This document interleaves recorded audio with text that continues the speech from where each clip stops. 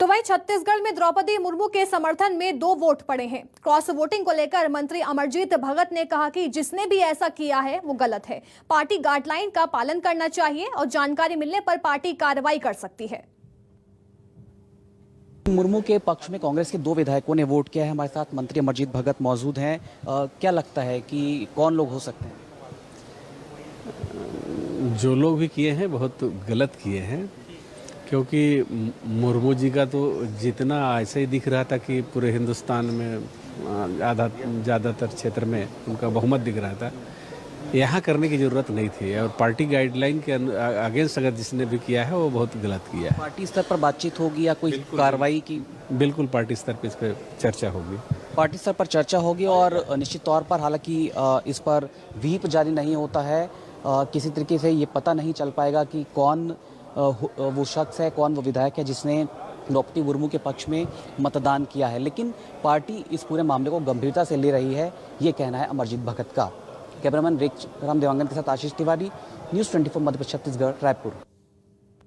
भोपाल से मेरे सहयोगी राकेश चतुर्वेदी और इसी बीच मेरी सहयोगी रायपुर से नेहा भी जुड़ेंगी। सबसे पहले रुक करते हैं राकेश चतुर्वेदी का। राकेश जी, देखिए कल नतीजे आए थे राष्ट्रपति चुनाव के, जिसमें द्रौपदी मुर्मू को जीत हासिल हुई है, वो निर्वाचित राष्ट्रपति हैं। लेकिन क्रॉस वोटिंग का जो मामला है वो बहुत तेजी से बढ़ता हुआ नजर आ रहा है इस समय। देखिए, बिल्कुल हम पूरे मामले को समझे कि आखिरकार कितने कांग्रेस विधायकों को बीजेपी के पक्ष में वोटिंग हुई है। थोड़ा से हम गणित के समीकरण में जाते हैं और गणित के समीकरण में मध्य प्रदेश में बात करें। मध्य प्रदेश में जो दलीय स्थिति है, बीजेपी के कुल 126 जो है विधायक हैं। बीजेपी का ये दावा है कि जो दूसरे सहयोगी दल है, यानी सपा समाजवादी पार्टी का 1 वोट है, बसपा के 2 वोट हैं और 4 निर्दलीय विधायक मध्य प्रदेश में हैं। यानी इनकी सबकी संख्या मिलाई जाए तो 133 संख्या होती है। लेकिन जो बीजेपी को वोट मिले हैं, कहें एनडीए को जो वोट मिले हैं, वो 146 वोट मिले हैं। यानी निर्दलीय, सपा और बसपा के अलावा 13 अतिरिक्त वोट बीजेपी के खाते में गए हैं, एनडीए के खाते में गए हैं। यानी सीधे तौर पर बात करें तो जो 13 वोट है वो कांग्रेस विधायकों के बीजेपी के खाते में गए हैं। अब कांग्रेस की बात करें तो कांग्रेस को जो वोट मिलना थी उसमें से ये भी कहा जा रहा है कि जो टोटल 230 वोटिंग हुई है उसमें से 5 जो वोट हैं रिजेक्ट हुए हैं। लेकिन इधर सरकार का दावा है कि बीजेपी ने विधायकों को ट्रेनिंग दी थी, उनको ये बताया गया था कि किस तरह से वोट डालना है। यानी उनका एक भी वोट है वो खारिज नहीं हुआ है और बीजेपी अपना ये दावा कर रही है कि पूरे वोट उसके हैं। अब जब पूरे मामले को लेकर इधर हम मध्य प्रदेश में बात करें तो बयानबाजी का दौर जारी है।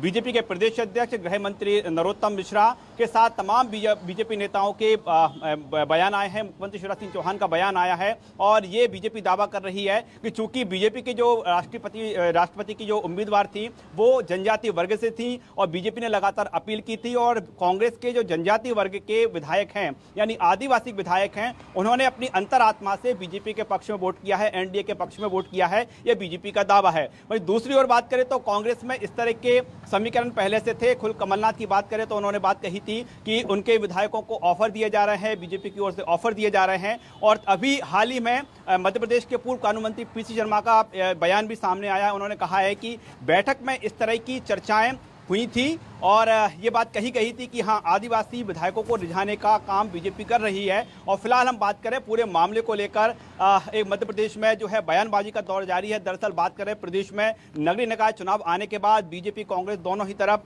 जश्न मनाया जा रहा था, लेकिन इस समय बात करें कांग्रेस का जश्न थोड़ा सा ठंडा पड़ गया है, क्योंकि कम से कम 13 विधायक जो है उनका जो वोट है, उनका जो मत है एनडीए के पक्ष में गया है। बीजेपी तो ये दावा कर रही है कि संख्या 13 से अधिक है और फिलहाल तमाम समीकरणों की हम समझें तो ये हम निकाल सकते हैं गणित के आंकड़े के जरिए कि कम से कम 13 जो वोट हैं वो कांग्रेस विधायकों के एनडीए के पक्ष में गए हैं। एनडीए की उम्मीदवार जो द्रौपदी मुर्मू हैं उनके पक्ष में गए हैं।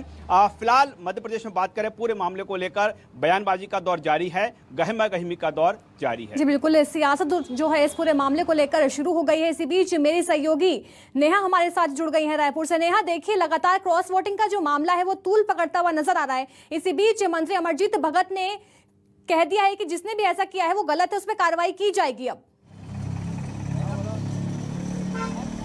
हाँ जी बिल्कुल, देखिए जैसे ही कल भारत निर्वाचन आयोग ने चुनाव के आंकड़े मतगणना के जो आंकड़े जारी किए उसके बाद से ये छत्तीसगढ़ में ही जो ये खबर सामने आई है कि 2 जो कांग्रेस विधायक हैं उन्होंने क्रॉस वोटिंग की है। उसके बाद से यहाँ पर लगातार बयानबाजी का दौर चालू है। उसी क्रम में मंत्री अमरजीत भगत ने भी अपना बयान दिया है। उन्होंने साफ तौर से कहा है कि ये जो है इसे गलत बताते हुए कहा है कि जो भी वो 2 कांग्रेस विधायक हैं जैसे ही उनकी जानकारी सामने आएगी उन पर कार्यवाही भी की जाएगी। तो लगातार यहाँ पर देखा जा रहा है कि जो विपक्ष पार्टी है वो भी क्रॉस वोटिंग को लेकर जो है लगातार अपने बयान दे रही है। यदि हम बात करते हैं नेता प्रतिपक्ष धर्मलाल कौशिक की, तो उन्होंने भी जो है उन्होंने तो ये भी कहा है कि जो भी 2 कांग्रेस विधायक है जिन्होंने क्रॉस वोटिंग की है उनका धन्यवाद भी दिया है।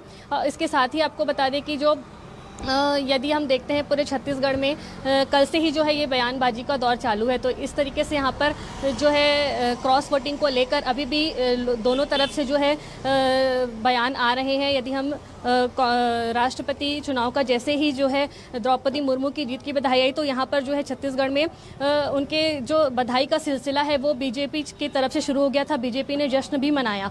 बट वहीं कांग्रेस में यदि देखा जाए तो कहीं ना कहीं अभी ये जानकारी तलाश ली जा रही है कि कौन से वो कांग्रेस विधायक हैं जिन्होंने क्रॉस वोटिंग की है।